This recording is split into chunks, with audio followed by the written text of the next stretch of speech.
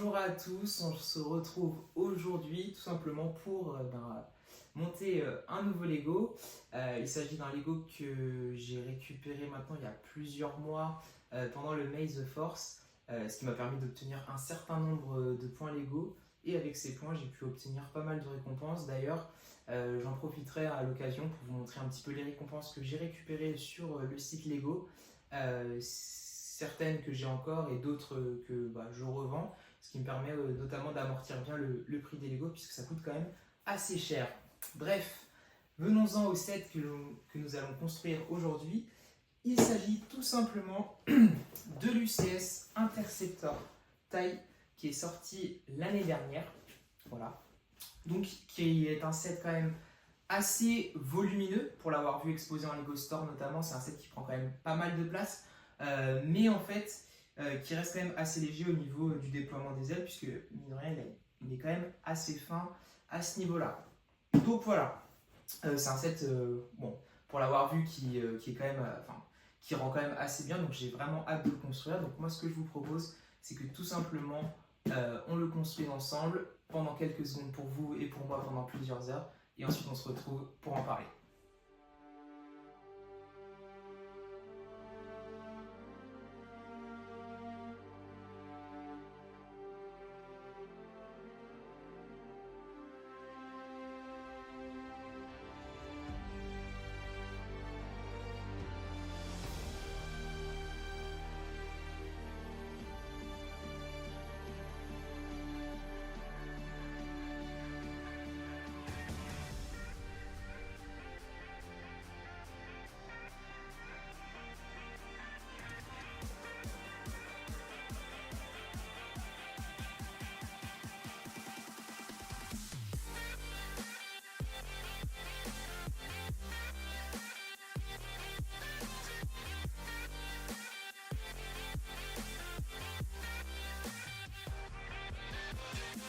Du coup, ça y est, le UCS Taille Interceptor donc de l'Empire de l'année dernière vient d'être terminé. La construction, elle s'est plutôt bien passée. J'ai pu me faire aider sur quelques étapes pour accélérer un petit peu, notamment au niveau des ailes, puisque finalement, on a quand même 4 fois le même rendu d'aile à faire.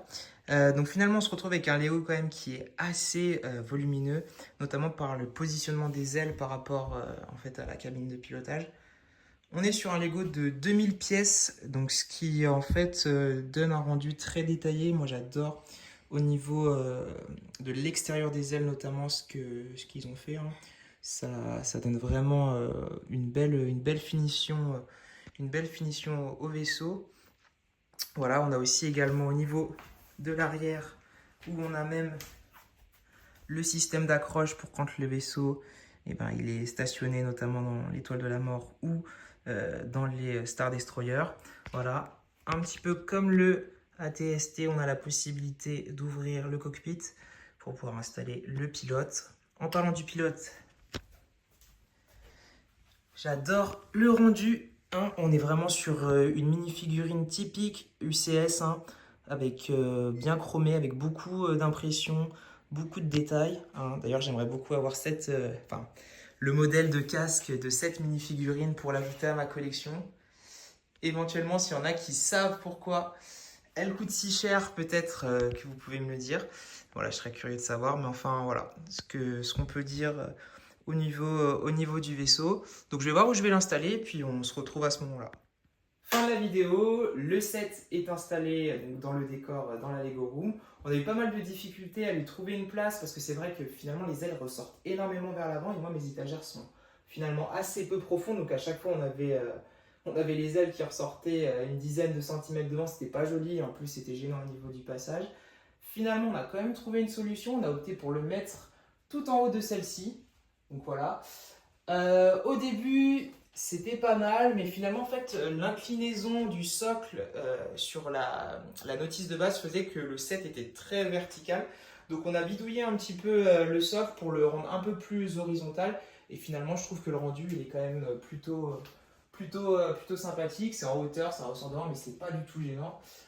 Donc voilà, on est plutôt content de l'installation qu'on a fait.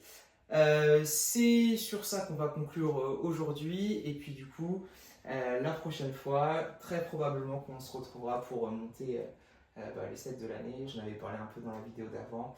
Mais voilà, le Slave One, le Jango Fett Starship.